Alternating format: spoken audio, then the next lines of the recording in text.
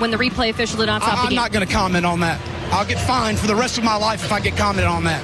We had a great belief in our locker room. We didn't have to do anything special, just be us. I was so proud of this team. We had so much fun, it ought to be illegal.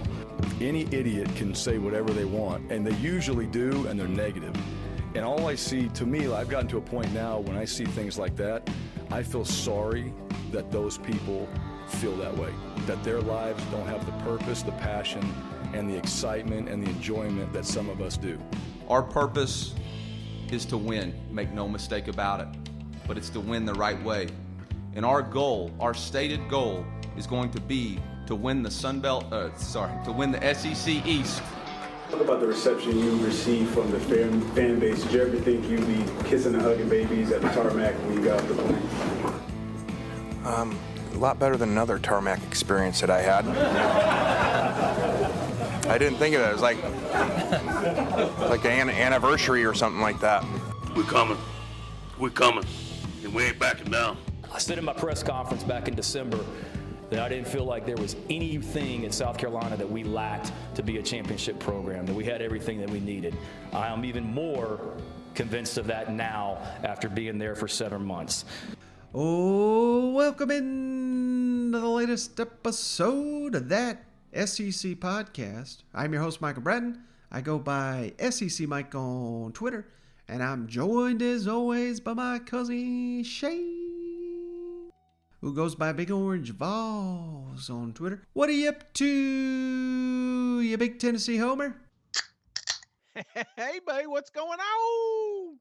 Oh, man, we got a great guest lined up for the listeners on this one. Brett Ciancia, Pick 6 Preview's going to talk SEC football. And my favorite thing about doing interviews with Brett, Shane, he hits on all 14 teams like they matter, like this show does. You know, that we set out to do that purposely, and he sets out to do his preview magazine the same way, gives every team equal coverage. So we're going to hit on every single team here coming up in just a bit. I think the fans are really going to appreciate this one. And I think Brett was really disappointed you didn't show up for your one interview a year. As you guys know, I get to do one interview every single year, and this one's it. And yes, I did miss it, and I apologize. But you know, the big thing that I love about it is, you know, sometimes we live in a bubble, this SEC bubble, and it's kind of hard to get an outside perspective on the SEC. You know, Brett, he doesn't just cover the SEC. He covers all the schools. He's got a fantastic magazine that comes out every single year. It ranks up there with Athlon, in my opinion. And I just love the information that he brought and that he continues to bring every single year. He's like Santa, you know. He comes in bearing gifts with his magazine, and it's hard not to fall in love with it. And you find yourself needing it during the season. It's just a good read. Absolutely, Shane. And hey, before we get to that, man, I had to bring this up because I just thought this was one of the weirdest damn things, and I figure Missouri fans would love us talking about it. Shane, did you see this graphic? And if you're watching on YouTube, I'll throw it up here. Did you see this graphic that Kansas put out? I mean, they're basically offering, they want other conferences to gobble them up with the Big 12 going away essentially. But the highlight of it is you see at the bottom it says new airport terminal coming in 2023. So you can get the hell out of that town. Who puts, you live in a shitty place if a new airport terminal in 2 years down the line coming has made the graphic of why your city is so awesome. Oh, I love it, man. And it's right before. So they show you how you can get out of town right before they tell you how great a place it is to live. So, oh man, they're doing some advertising. I talked to a buddy of mine today, actually, a huge Oklahoma City fan. And I just kind of thought, what is the fallout? Yeah, you're kind of curious. These guys you're looking at Kansas. They're already, shopping. I'm sure these other cats are doing it. I said Oklahoma City. I meant Oklahoma State. old Gundy. I bet he wish he took that Tennessee offer now, but but he's on that sinking ship, baby, because all the good teams came over. So I am kind of curious what the fallout thing is, and because here you're seeing it. You're seeing it with Kansas. It's just a matter of time before you start seeing some like real smoke. You know what I'm saying? Oh yeah, without a doubt. And I mean that league is the sooner it goes away, it's probably good for the SEC with Texas and Oklahoma. And naturally, I wanted to get your thoughts on this, Shane, before we get to our interview here with Brett Ciancia. But I don't know if you've been paying attention, Shane, but it's coming from Texas, it's coming from Oklahoma, it's coming from the SEC, and they are all singing the same tune about Texas and Oklahoma coming to the SEC no sooner than July 1, 2025. And they're basically verbatim saying that.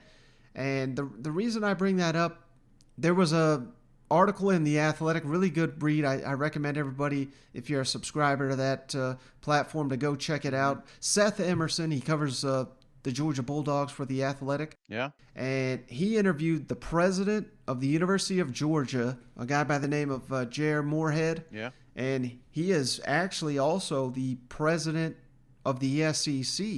And when the SEC voted to have Texas and Oklahoma come in, these are the guys that do the voting. It's not the coaches, obviously, or the ADs. It's the presidents of the universities. And he asked them, when did this Texas and Oklahoma talk begin?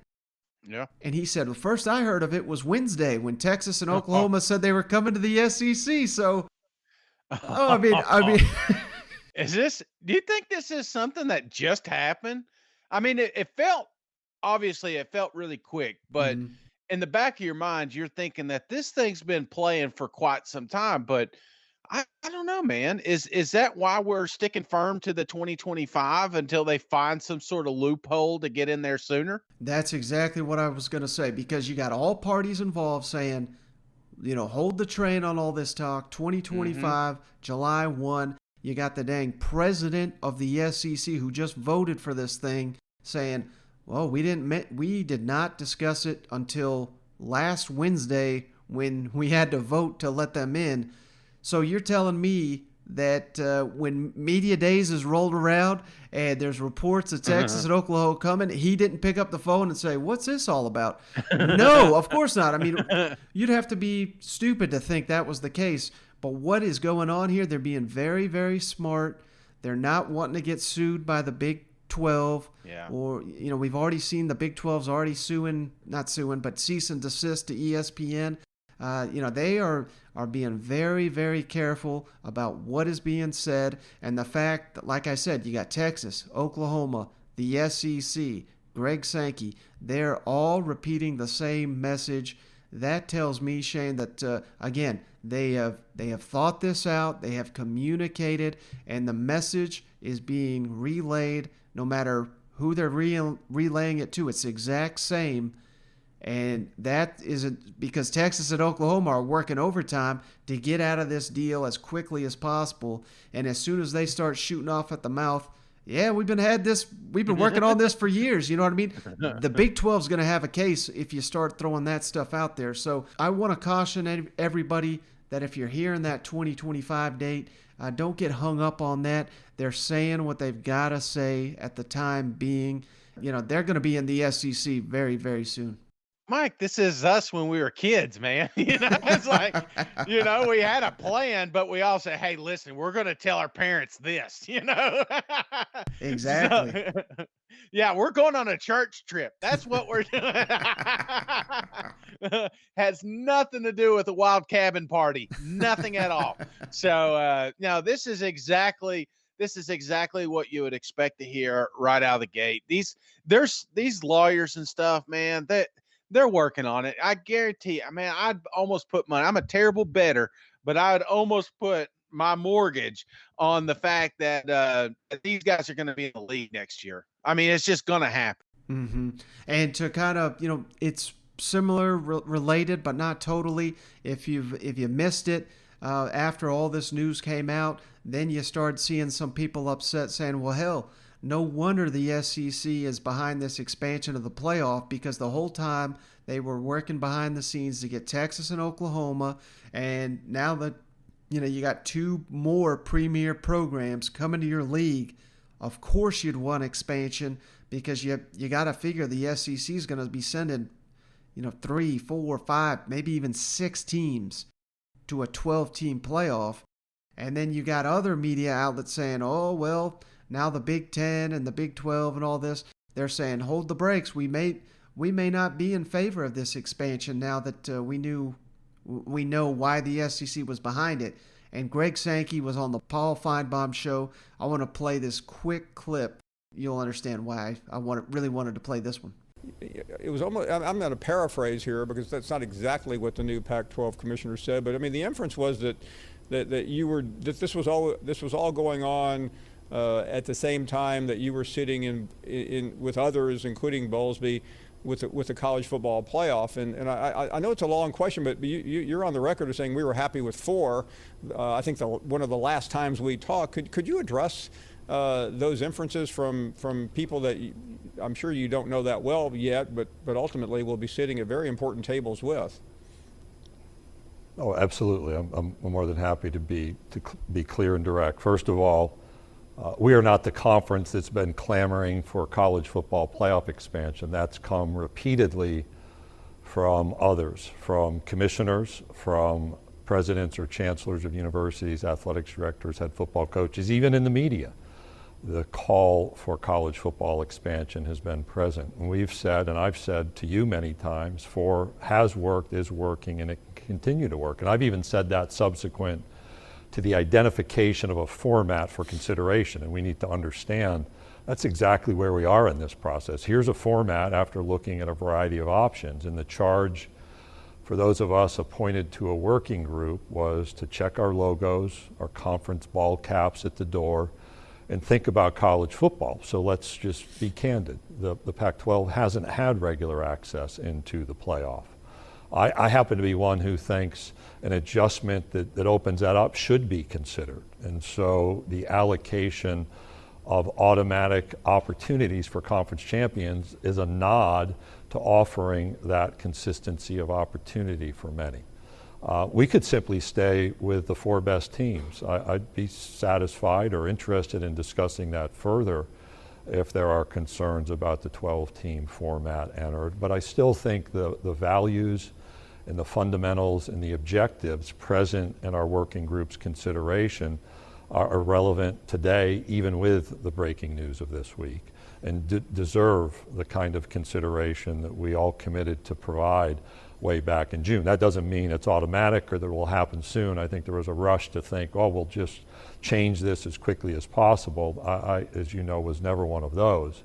But the breaking news doesn't remove the relevance of the need to consider different format moving forward. All right, Shane, so this is just Greg Sankey getting out and just combating those reports, letting everybody know that hell, the SEC has dominated the 4-team playoff. It could be 12, it could be 30-team playoff, but the SEC is going to dominate whatever format that is. This is almost, I think this is also him a little bit, I think we've come to find out very, very quickly just what a powerful presence Greg Sankey is not only in the SEC, obviously, but all of college football, because nobody knew this news was coming, yet he's making moves, anticipating, the expansion of the playoff before he even gets Texas and Oklahoma on board, which only took him a week to do. Yeah, big swinging Sankey. He don't care. He don't care what you think. We go back to BCS. We're still going to get a team in there. So no, this is SEC, man.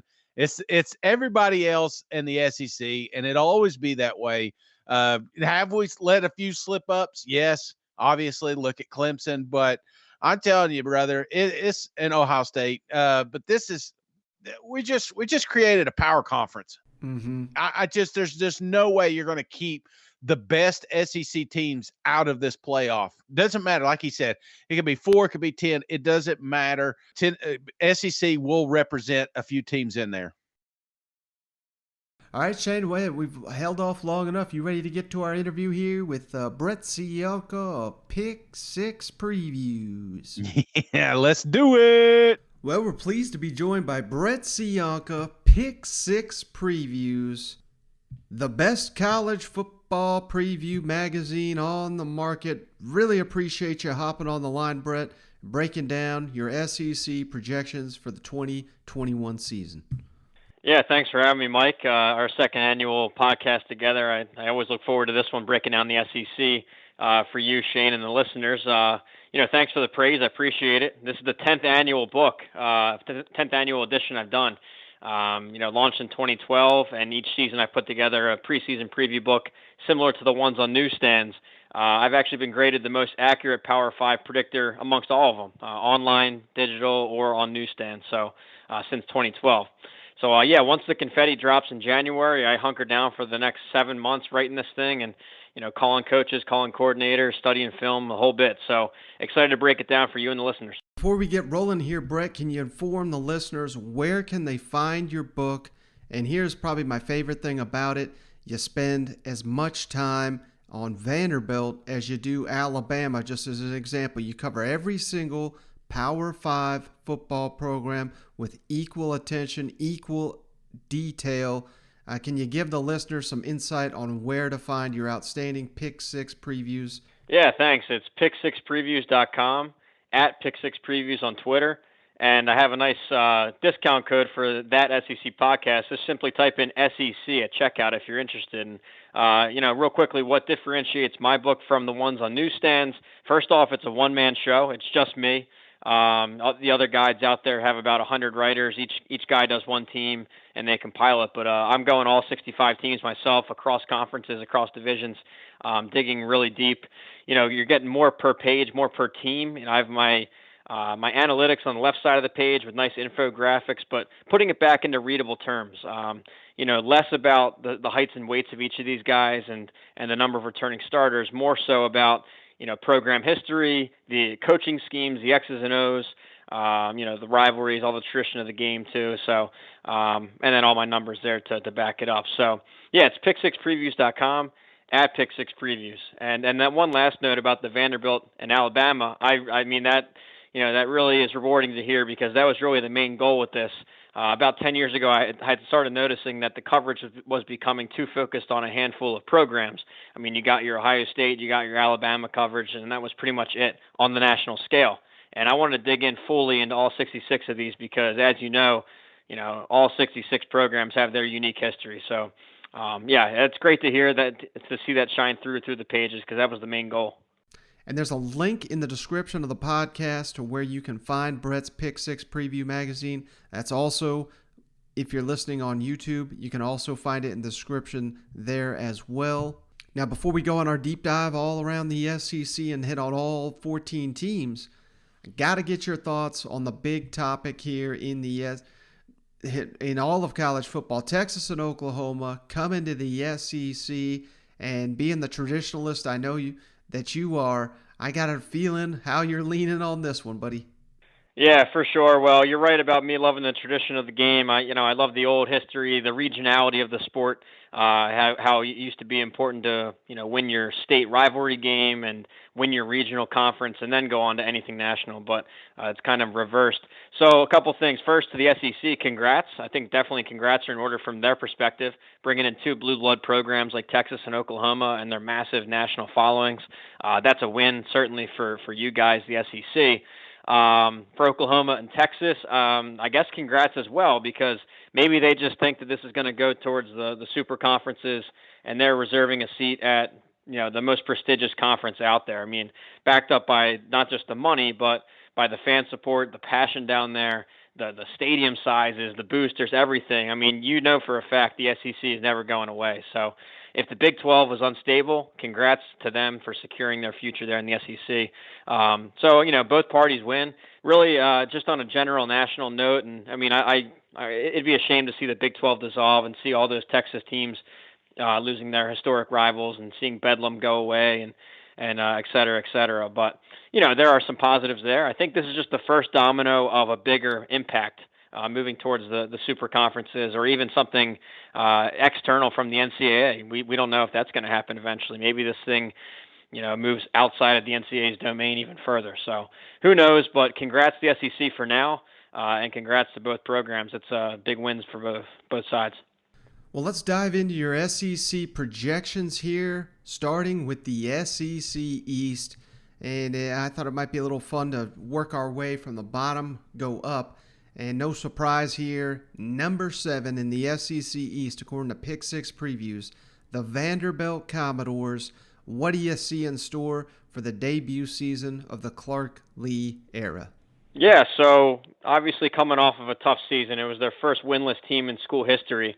But really, the bigger news has been off the field. It's been hiring Clark Lee, an alumni coming back to his alma mater there after leading successful defenses at Notre Dame with a tough 4-2-5 scheme and a really strong front seven. Really defined them last year at Notre Dame in the last few years. So bringing in a proven defensive mind there, an alumni that cares about the program, loves the program. But also the off-the-field news was that they secured that big financial commitment from the school, and that's something that Vanderbilt's dealt with. It's been a tug of war, a push and pull of the academic side of the college and then the athletics. And so to finally get some money going towards that budget increase is huge.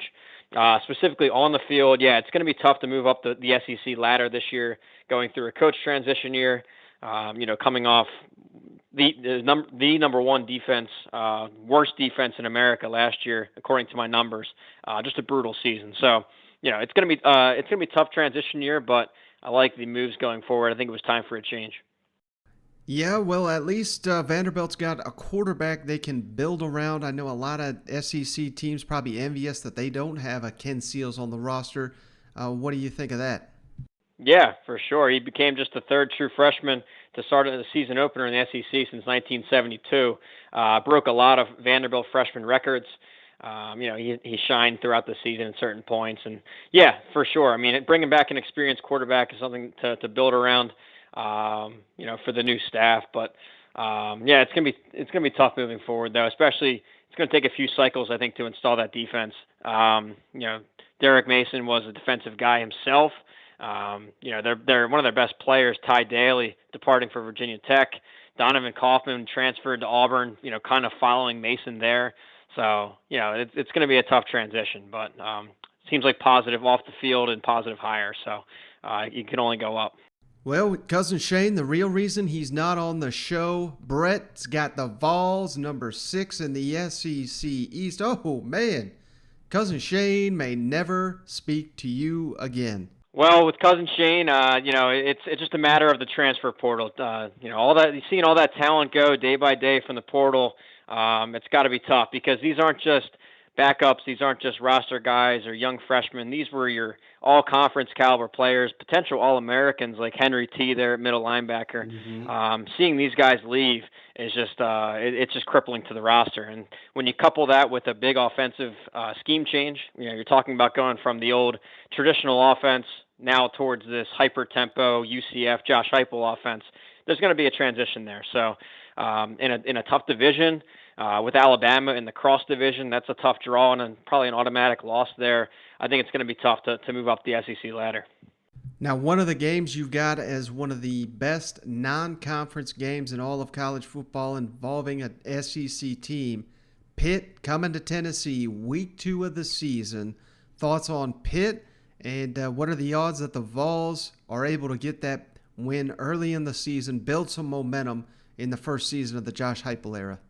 Yeah, so with Pittsburgh, you're talking about a program that they've always had a strong defense the last couple of years under Pat Narduzzi. But the thing for them is they're replacing multiple All-Americans along their defensive line, and then 2 All-ACC safeties with Hamlin and Ford leaving. So, yeah, so they're going to be early in the season definitely transitioning. That's a chance to grab a win there against Pitt. Offensively, we've seen Kenny Pickett as their starter now. This will be his 5th straight season as a starter. Everyone knows that name, even outside the SEC footprint. He's back with a rare 5th year as a starter. So we've kind of seen the ceiling there on offense. So, yeah, I think that's definitely a winnable game. I have them both in that top 40, top 50 range of my overall rankings. So it's definitely a winnable game for Tennessee. A couple things have to happen before then. You got to determine a quarterback. Of course, you've got a couple Power 5 starters coming in with Hendon Hooker, Virginia Tech, Joe Milton, Michigan, and then, of course, the incumbents, Bailey and Maher. So based on where that goes in preseason camp, that'll go a long way. And then just like I said at the top, just kind of filling in all these transfer gaps. I mean, the running backs are gone. Some big offensive line names are gone, and Henry T there at linebacker.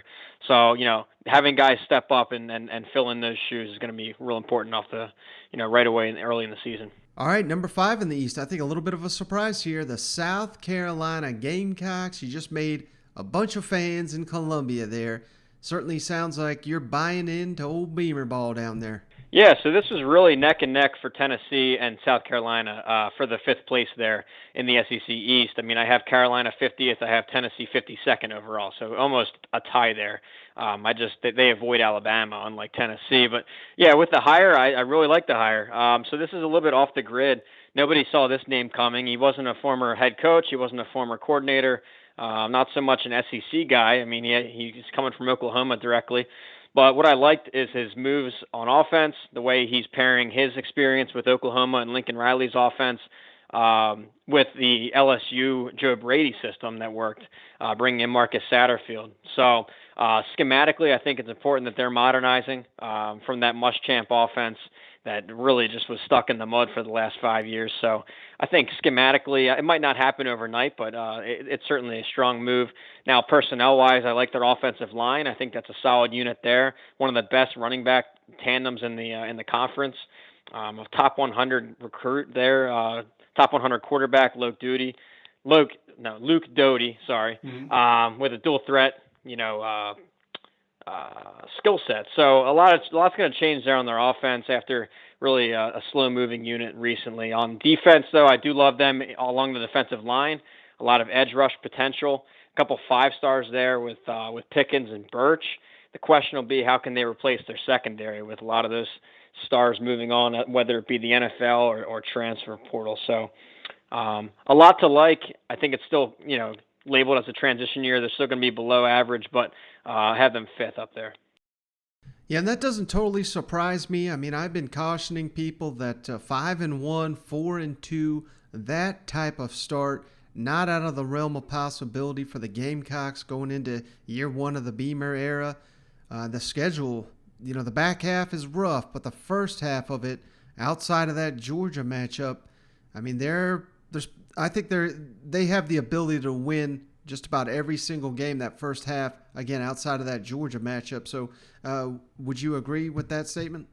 Yeah, the schedule definitely sets up nicely there with the FCS opener, East Carolina. I know that you can't overlook them. They're punchy down there, but I think that's a 2-0 start. Probably lose to Georgia. Kentucky's definitely a swing game. I mean, that could go a long way for building confidence in this new coaching regime. Because if they're able to beat Kentucky, which I don't see happening, but let's just say they do, that's a 4-1 start heading into Neyland Stadium. Mm-hmm. Another swing game. You win that, you're going to beat Vanderbilt. You're talking 6-1 going into late October. I know there's a couple ifs in there, but it's not out of the realm of possibility. Like I said, there is roster talent in certain areas. I love the run game. I love the offensive line, the defensive pass rush. So definitely doable. And it's going to be huge too because, like you saw from media days with Shane Meaver, getting high reviews from the media circles and fans alike. Perception's so important in this sport. So he already has the perception on his side. I can't imagine what a 6-1 or even a 5-2 start would do for perception. You'd probably have a ranking next to your name too, heading into that game at Kyle Field, October 23rd. So, yeah, we'll see. I like the move as a program. It might take a few years, but even this September they could get some wins. All right, number 4 in the SEC East, you got the Missouri Tigers, who came out strong in the debut era, Eli Drinkowitz era. What do you got in store for the Tigers this year? Yeah, so with Missouri and Kentucky, really it was a battle for third for me. And when I dug into it, and my numbers show this, I think Missouri was a little bit misleading of a record there at 5-5. When you look at their wins, their average margin of win compared to their average margin of victory. Sorry, your average margin of victory compared to average margin of loss. The losses were blowouts on average, and they barely scraped by some of these wins. So when you dig into it a little bit past just the record, I think they're little bit misleading. There's some pieces to like. I like Connor Bazelak. I know he didn't grade too well in your SEC quarterback predictions, but he did have a nice accuracy percentage last year, completion rate. His quarterback rating was the second highest among the returning SEC quarterbacks for this year. And they added some great pieces at receiver that were lacking. But we'll see. I'm wondering, too, a whole year of film on this new Drinkowitz offense for opposing SEC defensive coordinators. I wonder if they can make some improvements against it, because it is a lot of window dressing before the snap. It's pre-snap motions. It's variable formations. And I wonder if some of that beginner's luck might have worn off. We'll see. We'll see if it's lasting. But I have them fourth right now in the East. Yeah, and they're a tough team to peg, man. I mean, they lost a number of guys in the transfer portal. They gained some good players like Mookie Cooper and Blaze Aldridge. Cooper from Ohio State, Aldridge from Rice. And then their secondary was looking like it would be a very big weakness. And then they land the pair of former Tulsa corners. So, throwing in that many new faces on a new system, new defensive coordinator, they're just a tough team for me to peg. What are your thoughts on that? Yeah, for sure. And another thing that I didn't like in picking through the East was their defensive coordinator leaving. Ryan Walters is heading up to Illinois to join Brett Bielema's new staff up there. So you have a coordinator transition there on defense. And then we talked about some of the offensive struggles. We'll see if they're able to take a next step or if the SEC coordinators catch up. I did like their transfer move of Mookie Cooper. He looked great in their spring showcase. You can't really call that one a game, but you could see the potential there from him. And like I said with Bazelak, you at least know what you have. That's your floor, if you want to call it that. It's a high floor. So yeah, there's wins to be had. We'll get to them next, but I just like Kentucky's proven model as a program and their program identity. More predictable, and I like what they have there. So we'll get to them next. Yeah, right there you got Yeah, right there, number 3 in the SEC East, the Kentucky Wildcats. And I even flirted with throwing them ahead of Florida, but, with the uncertainty of what exactly you're getting in the new play caller, Liam Cohen, you don't have any idea what you're getting at the quarterback position. I couldn't justify putting them any higher than number 3. What are your thoughts on that? Yeah, so with Mark Stoops, he's really built a proven program, a proven program identity. It's a smash mouth team, a strong offensive line, a strong defense, and that's all coming back. And they even plugged in a few holes that they potentially could have had along the offensive line. They just signed Dare Rosenthal from LSU, a multi-year starter, an all-conference caliber guy. And that was late in the process. That was right before I hit publish. That was just a nice boost on top, because there's a couple other All-SEC and All-American candidates along their offensive line. With Darian Kennard and Luke Fortner both coming back. So pieces to like there on the offensive line. That's going to stay the same. I love Chris Rodriguez, their running back there. And even not just him, but Kavasier Smoke. That forms a nice two-man tandem. They're going to run the ball a ton again. But really, if they can get anything from their pass game, this starts to unlock them as a top 25 team. Because remember, in 2019, when the quarterbacks went down, they went just true Wildcat with Bowden, and it was incredible. I've been very outspoken about his performance, how incredible that was. But you just got to have some passing to really. It's not sustainable. So in 2020, it happened again. One of the worst passing attacks in the country.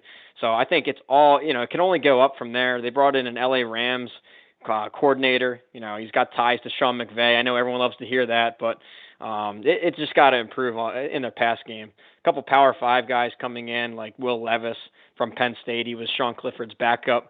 Had some time against Ohio State in some random games. So I don't know. Overall, though, I love what their program identity, and they're a solid pick for third. Now, I did want to ask you this about Kentucky, given the fact that, if you're looking just at their defensive depth chart, not a ton of returning starting experience, but maybe we give them a little bit of the benefit of the doubt, knowing that a lot of these players are in year 2, year 3, year 4 of the Mark Stoops system, and we all know what a great developer of talent he has been, and the recruiting has significantly taken a step up here in recent seasons. Do you just kind of give them the benefit of the doubt that even without a ton of starting experience returning on defense, that unit is going to be a strength of the team? Yeah, you're right. I mean, they lose both their defensive tackles there, Phil Hoskins and Quentin Bohanna. They were both huge. I mean, Bohanna literally, I mean, he was 350 pounds there at nose tackle, just a huge space eater for them. So you lose some proven guys there. They got a boost with defensive end Josh Paschal deciding to return for a bonus season. He'll push for all conference honors, and you have DeAndre Square also, pretty much the team's defensive leader there. He started every game since that 2018 bowl game. So there's experience at the linebackers, off the edge.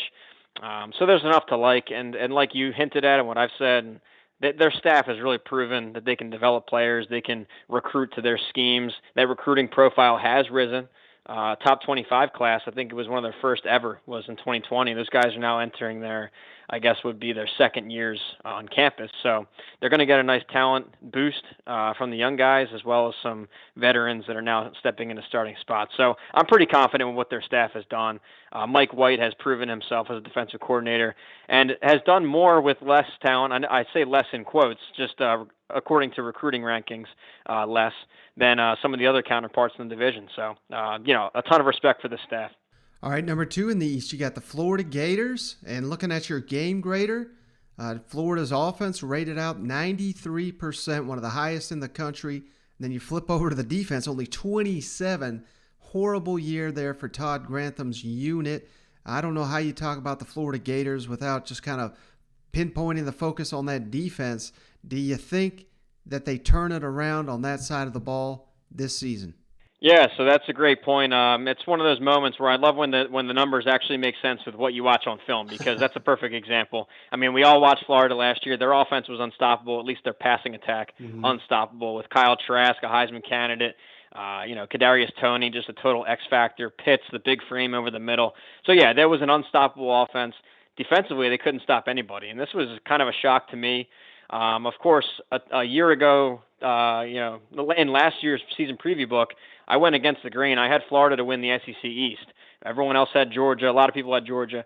So that was a nice win. Although I took it one step too far, I actually had them winning the SEC. I knew that offense would be legit and one of the best in the country, but I thought the defense would be their usual top 20, top 15 stature, and they fell apart. So I whiffed on half of it.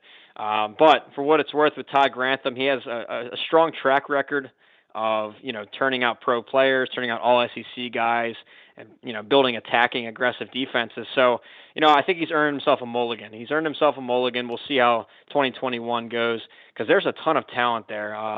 5 stars galore, especially along the defensive line and the linebacker stable, returning starters in the secondary. There's a lot to like. I think that they get back to their normal roots. The bigger question mark will be how they reload on offense, and there's definitely going to be a step back. That's just obvious given the loss of Trask and Toney and Pitts. So, but if anyone's a proven quarterback guru, I think we can give Dan Mullen credit, and it's not just from Trask, but you're talking about his time at Mississippi State with Dak Prescott, his previous stop in Gainesville when he was rotating Chris Leak and Tebow, even back to 2004 at Utah, how he helped develop Alex Smith, the future number 1 overall pick there on the undefeated team in 04. So, yeah, I mean, he's got a track record there and a couple prospects there. Emory Jones, I think, starts the season. We'll see. There's a lot to work with, though. Yeah, and one of my favorite things about Dan Mullen, I mean, he gets all this credit for being a quarterback developer, and he deserves all that. But in my mind, the thing he does best is just adapt his personnel, adapt his system to the strengths of those players, in particular the quarterback. I think with what Florida's got returning, I would not be surprised at all if they're one of the best rushing teams in the SEC next season. What are your thoughts on that? Yeah, it's a good point, because when you think back to most of his offenses, they were quarterback run heavy. I mean, think of Dak Prescott. Even after him, Nick Fitzgerald shouldered a ton of carries per game, put up over 1,000 yards rushing. So it's almost like the Trask team, the Trask offense was really his outlier. That was a rare pivot to pass first and pass second and pass heavy. So he's going to go back to his roots here. He's going to give Emory Jones more carries. I mean, even last year, Jones was in there for about 5 carries a game in some packages, some wildcat packages. But in a normal offense, he's going to get his, 10 to 15 carries a game. And you know what? They have talent there at running back. These are former 5-star guys that transferred in. Lorenzo Lingard from Miami, 5-star, and DeMarcus Bowman from Clemson is a 5-star. So if this offensive line can take a step forward, that might have been holding him back a little bit. But if these running backs start to get loose, it could be a great offense and return to a strong run game. All right, the Beast of the East. This year you got the Georgia Bulldogs winning the East, returning to Atlanta. And not only that, you've got the Bulldogs going all the way to the college football playoff. Tell us why you're so high on Georgia. Yeah, for sure. I think that it's all there this year, and there's a window of opportunity that they really need to execute on. And I see that Kirby Smart and Georgia get ripped to shreds on Twitter and online about how they underperform. I don't buy that. I mean, you're looking at a program that's a consistent top 5 or top 6 team. They've made playoffs. They've made national title games. They made SEC title games. So I'm not going to sit here and say they underperform. But what I will say is that this is college football is all about timing, and there's a window here they got to execute because Florida's going through a massive transition there on offense, and Alabama, we'll get to them later in the show, but they're going through a big roster overhaul as well. I think the avenue is there for them to drive into Atlanta and steal the SEC this year and make a playoff push. And real quick, why I love them so much this year, first it's the recruiting. You always start there. They have the number 1 overall 5-year average and the number 1 3-year average. They've gone toe-to-toe with Alabama. They're right there with them roster-wise. The defense is always top 5, top 10. There's just so many guys coming back, all-American caliber players, the linebackers.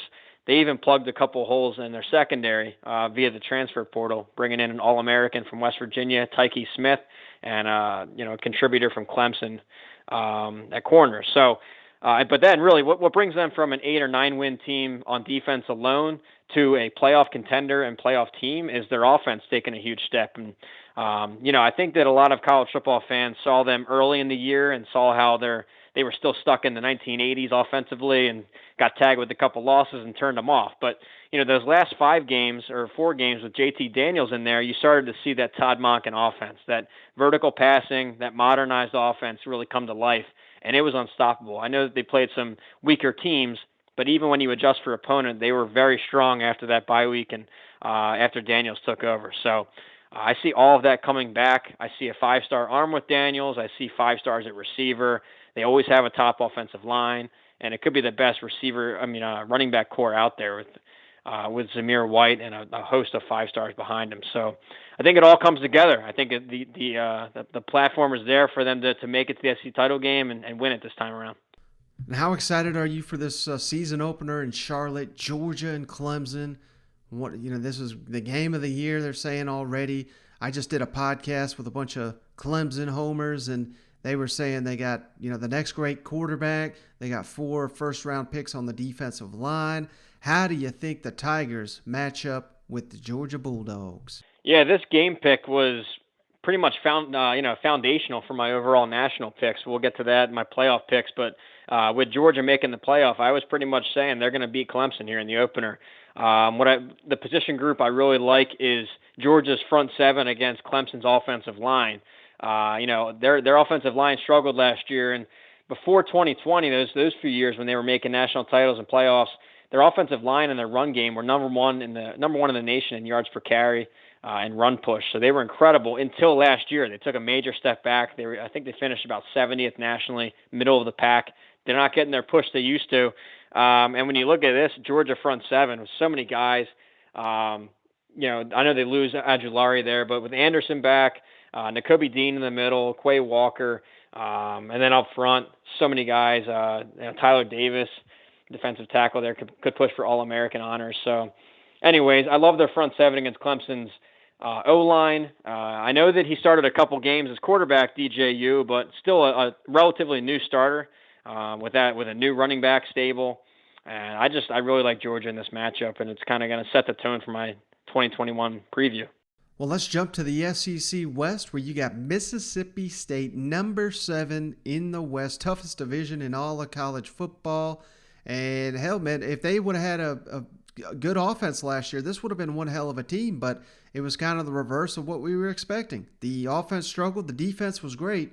What do you see from the Bulldogs this year? Yeah, for sure. And really, when you talk about Mike Leach's offense, and he says it himself, it's all about reps, reps, reps. And that's just doing these same pass concepts 1,000 times in practice for timing and for spacing and the whole bit. So when spring practice was knocked out and summer and most of fall camp was knocked out and he was transitioning schools and rosters, you kind of saw the writing on the wall that it was going to be a bit out of sync.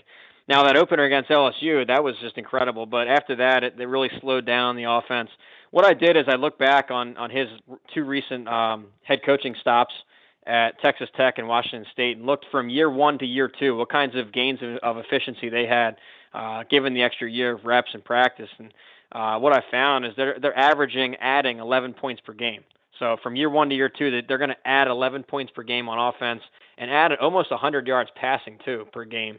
But most importantly, they're adding their touchdown to interception ratio goes way down, which is going to be crucial for this offense if they want to take the next step. They finished just 110th in touchdowns to pick ratio. It was almost 1-to-1, which is not very good, obviously. So if they can hold on to the ball a bit more and work on that timing, I think this offense takes the next step. Now, here's the issue being in the SEC West is I think they're going to make a major jump statistically and on the field, what you watch, the whole bit. But is that enough to keep pace with this division? I don't think it is. I mean, I really struggled putting someone 7th in this division. I think it's the best in college football. I even have them number 40 overall, Mississippi State. So that gives you a picture of how strong this whole division is.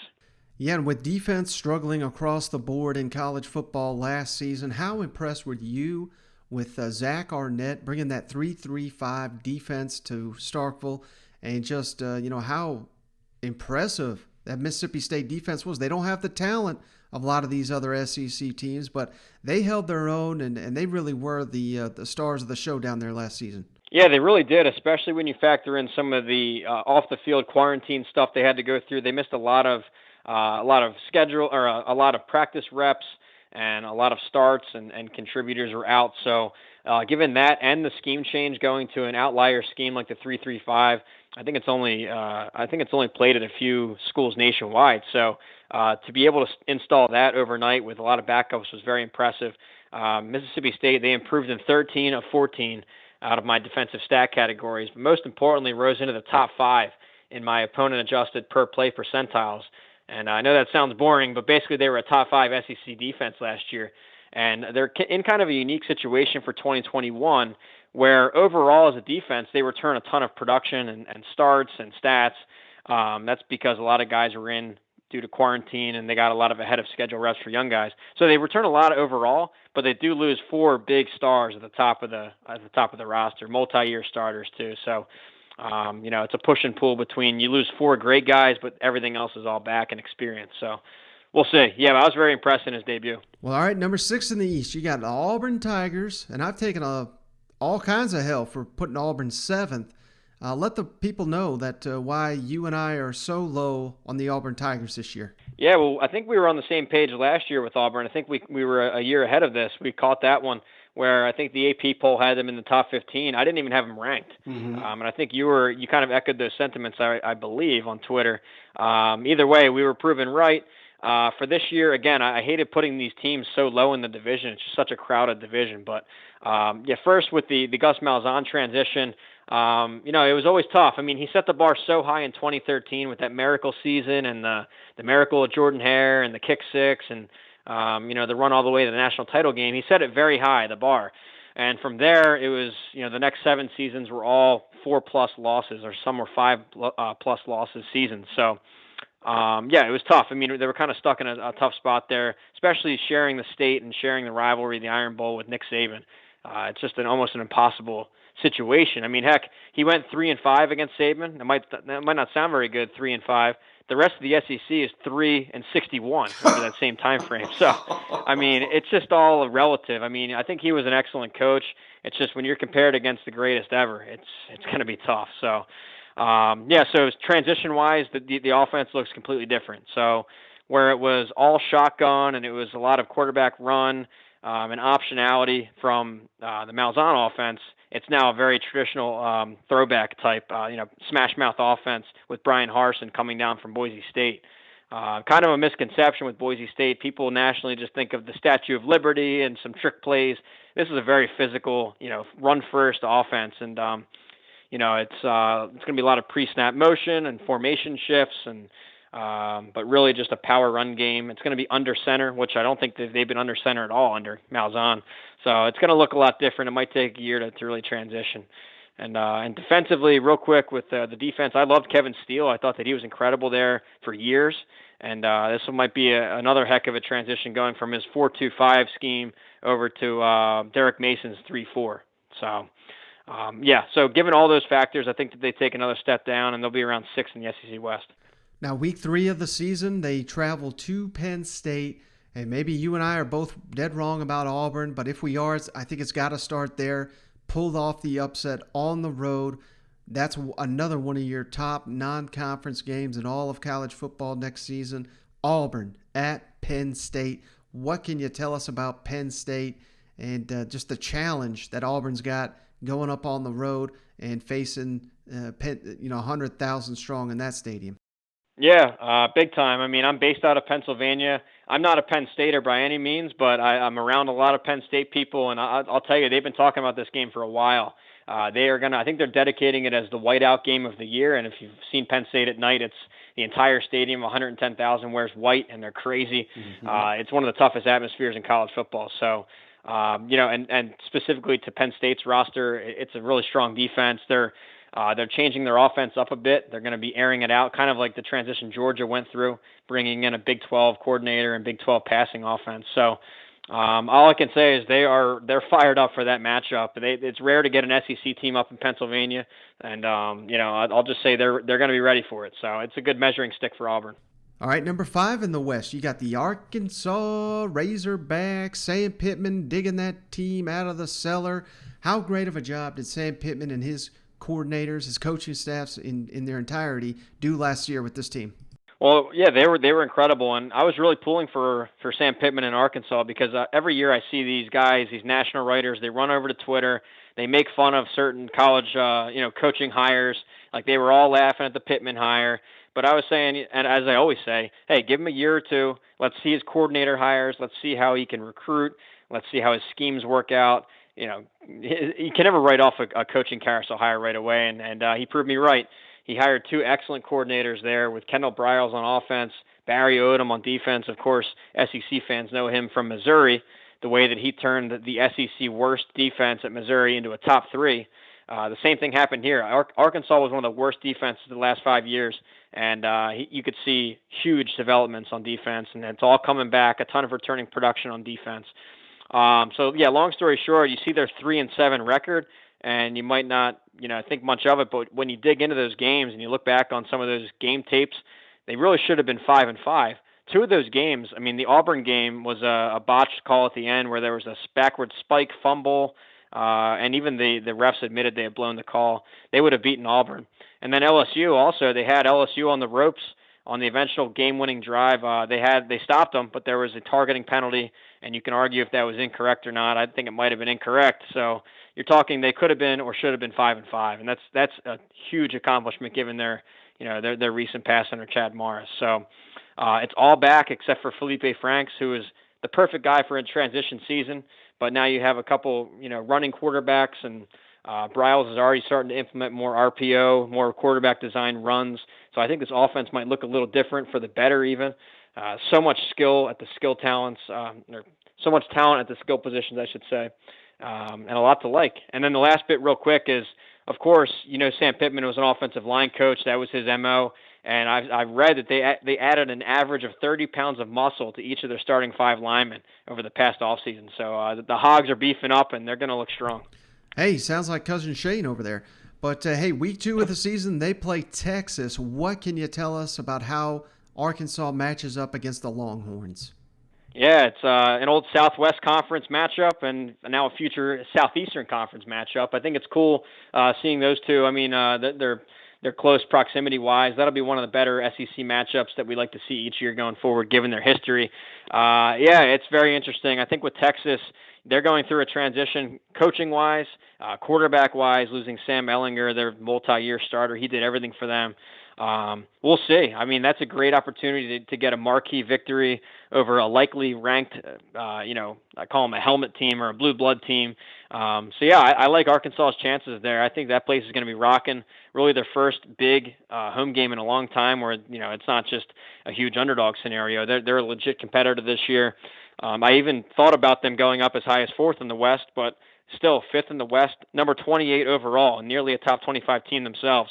I like Arkansas a lot this year. All right, next up in the West, you got Ole Miss Rebels, number 4 in the West.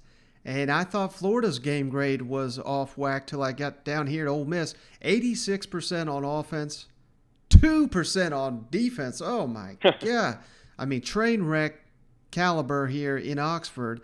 How tough of an out is Ole Miss going to be next season as long as they can improve that defense? Yeah, so starting with the offense, that's what really everyone loves and what I love about them. You saw it there in Lane Kiffin's first season, the way that he tags every play with a run play and a pass play, a lot of optionality, really just make the defense wrong every snap, and we saw it play out. Matt Corral was basically perfect all season. He had 2 hiccup games. I think against Arkansas he had, I think it was like 6 interceptions or something. But overall, it was an incredible season by him. He finished in the top 3 of most my metrics, most of my passing metrics.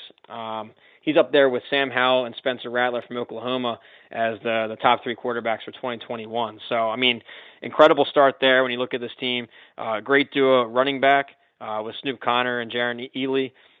They do lose their 2 top pass catchers with Moore and Yeboah gone, but they built a nice stable there. They also have a nice legacy at receiver, a nice lineage, how they keep reloading and sending guys to the NFL. So I like them there. There's firepower, and 4 of the 5 offensive line starters are back. But, you know, just the offense alone is only good enough for 5 or 6 wins, but really what moves them up the ladder in the SEC West for me is the developments on defense. They really hit the middle of their defense hard. They added not just number 1, but number 1 and number 2 junior college defensive tackles there. So the center of their defense is fortified, I think. They started to play better defense towards the end of the year. You saw that. They held Indiana, a top 10 team, to their season lows in the bowl game. So I think they're making progress on defense, enough to be a more balanced team and a legit top 25 team. Number 3 in the West, you got the LSU Tigers. And before you dive into your thoughts on Ed Orgeron's latest team, tell me, how tough was it to pick between LSU, Texas A&M, and Alabama? Because I think these 3 are neck and neck. Absolutely, these 3 are all proven. You know, the way they recruit, their staffs I like, and we'll get to LSU's in a second here. But for context for the listeners, this top 3 was so tough. I have them all in the top 11 nationally. So I've got Alabama, I think 5th. A&M 8th, and then LSU 11th. So these are all amongst the top in the country. If they were in any other Power 5 division, they'd probably be the predicted winner. But yeah, so with LSU, I've been telling people, I hope you got your jokes in last year. I hope that you got all your Twitter memes and all your jokes in, because that was the all-time transition year. We've never seen one like it. Losing, I think it was 14 draft picks, the Heisman winner, both coordinators, or at least the pass game coordinator. So much was gone. We kind of knew a transition was going to happen in 2020. It was worsened by a couple bad coordinator hires, at least defensively with Bo Pelini, and the offense didn't click to anything near what we saw in 2019. So all of that's behind them. It was a very young roster last year. All that is back now experience-wise. They're a top 5 recruiter every year. I think they've found their quarterback there with Max Johnson. It was a predicted quarterback battle between 3 guys. I know one guy transferred out, and I think that what Johnson brings better than Miles Brennan is his ability in the RPO game. And I think you're going to see a return to that. You're going to see a return to what worked in 2019 by his hires at offensive coordinator, bringing in Jake Peets and DJ Mangus, both guys that worked with Joe Brady himself on the Carolina Panthers offensive staff. So they're looking to reinstall what worked here in 2019. I think they'll get there. And then, really overall as a theme with LSU, when you look at each position group, it's just incredible the amount of talent that is stockpiled. And now that all that talent is a year more experience and developed. So I think it's a legit team. And how do they match up in the season opener, going on the road to UCLA in the Rose Bowl? What can you tell us about the Bruins and how they potentially match up against LSU? So the last 3 years under Chip Kelly, they have been really they've been a pushover, I guess you could say. They never really grew into what he had built at Oregon. But what I'll say is this is their best team he's had. We started to see him fix 2 of the issues. So the main issues with him the first couple of years were at quarterback, the turnovers and the destructive plays from quarterback, and secondly was the defense couldn't stop anybody. But last year in 2020, he fixed both. Dorian Thompson-Robinson, in his 3rd year as a starter, he cleaned up the turnovers, he avoided sacks, and the offense took a major step. And then secondly, his hire, bringing in Navy's coordinator to revamp their defense, bring it more blitz happy, attacking, aggressive. They forced turnovers, they confused the opposing offenses, and they really took a step on defense too. So it's a more complete team than you're used to from UCLA. I actually have them near the top 25 nationally, but I still like LSU with all that just stockpile of roster talent and 5-star guys. I think LSU gets it done. All right, number 2 in the West, you got Texas A&M, and I know they love you down there in College Station. You're on Texags every week of the season. What do you see from Jimbo and the boys this year? Yeah, absolutely. And I've been harping on this for a couple years that A&M really is a sleeping giant as a program. They have all the fundamentals. The one thing you can't change is your location. I mean, right away they're located in the Texas football hotbed. The other things that take longer and longer to develop are things like conference affiliation, stadium size, facilities, the fan base, the passionate alumni, the booster money. I mean, hey, all that, it sounds like an SEC program, right? So they've really fit the mold. The thing that was really holding them back was coaching. They signed Jimbo Fisher. They made the investment there. The recruiting has followed, and of course, it's inevitable the wins are going to follow. So last year, while most had them 3rd or 4th or 5th even in the SEC West, I had them 2nd, and that held true as they posted their highest ranking since 1939.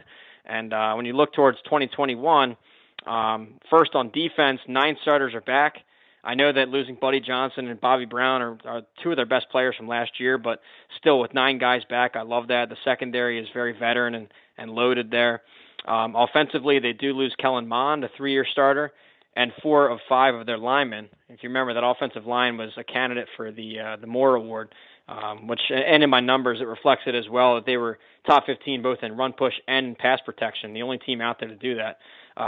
Now, they do get their best guy back along the offensive line, Kenyon Green. And really, I think this is the key question with A&M. If they hit on a quarterback, if this Haynes King comes out and is incredible, then they can really move up towards playoff caliber. If not, I still think they're strong enough defensively and at their offensive skill positions with guys like Weidermeyer and Anais Smith to really and Isaiah Spiller too at running back. So even without a transcendental quarterback, I think they're still in that 8 or 9 win range and top 2 in the SEC West.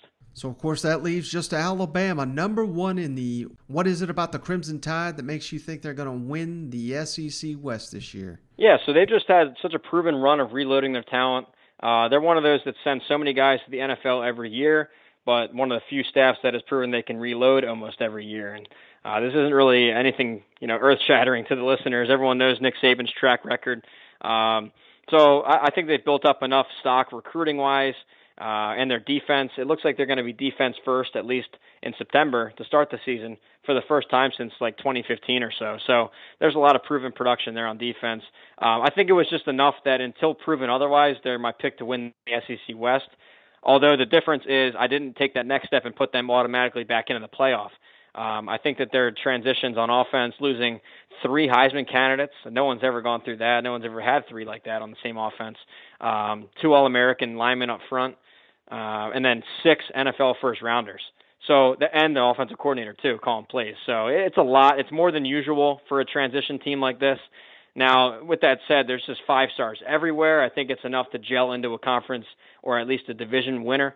So it's kind of, I'm stuck in between. I have them winning the division, but not good enough for the playoff right now as it stands. And of course, this team could gel and mold into their normal Saban machine come December. But as it stands right now, I like what Georgia has experience-wise and roster-wise compared to what Alabama has on paper right now. Any concern that they're on upset watch here, week 1 against Miami and Atlanta, or is that just a ridiculous question to ask?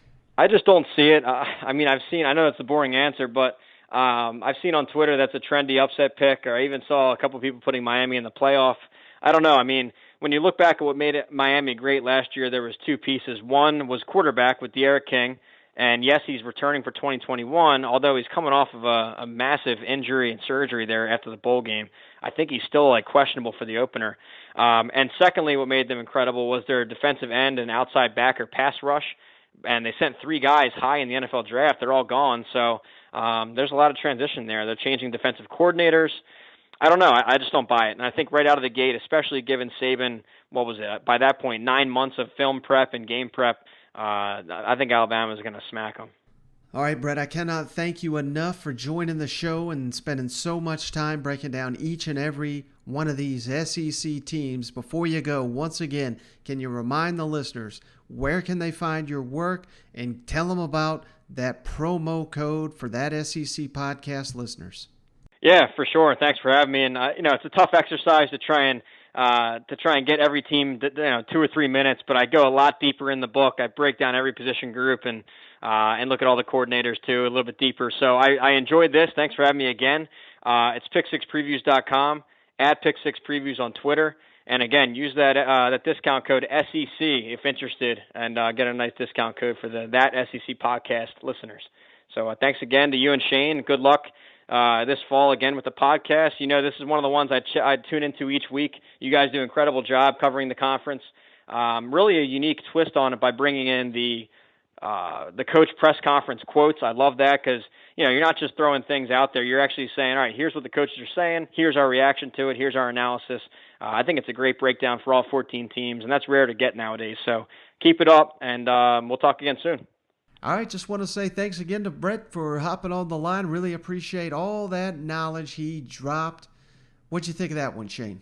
Oh, man, like I said, one of my all-time favorites, not just the fact that it's like the one podcast or the one interview that I could do, and Mike's like, hey, are you not going to be available? Because if so, we're going to do it now. Oh, man, good stuff as always, Mike. Yeah, so, that's going to do it for this episode of the show. Hope, starting strong. We've got another couple of guests lined up for the coming week of SEC content here, Shane. And hell, we're right at 30 days away. I believe the number is 33 as of Monday. And we got fall camps opening up all across the SEC this week. So we're going to have tons and tons of coach comments and player comments in the coming days and weeks. And, man, the season it feels real now that we're beyond media days, doesn't it? Isn't it wild? It's like this is a smokescreen. It's a distraction, this Texas-Oklahoma thing. It's consuming us, but I kind of love it because then you look down, you're like, holy shit, 30 days we're playing football, So it's like, yeah. I'm pumped up. We're actually going to have some team news coming out this week. So it's here, baby. I mean, it's a month away. It's here. Yeah, without a doubt, but I can't wait for it. This will be the best season ever. And of course, as always, if you made it this far, give us that 5-star written review on the Apple Podcast app. Those are coming flying in. We're sending beer koozies out for each and every one of you that does that. I've been running back and forth between the mailbox every hour, it seems like, the last week or two. So I really appreciate all those. And hey, check us out on YouTube. That's growing. That's going to be a huge platform for us this year as well. But that's going to do it.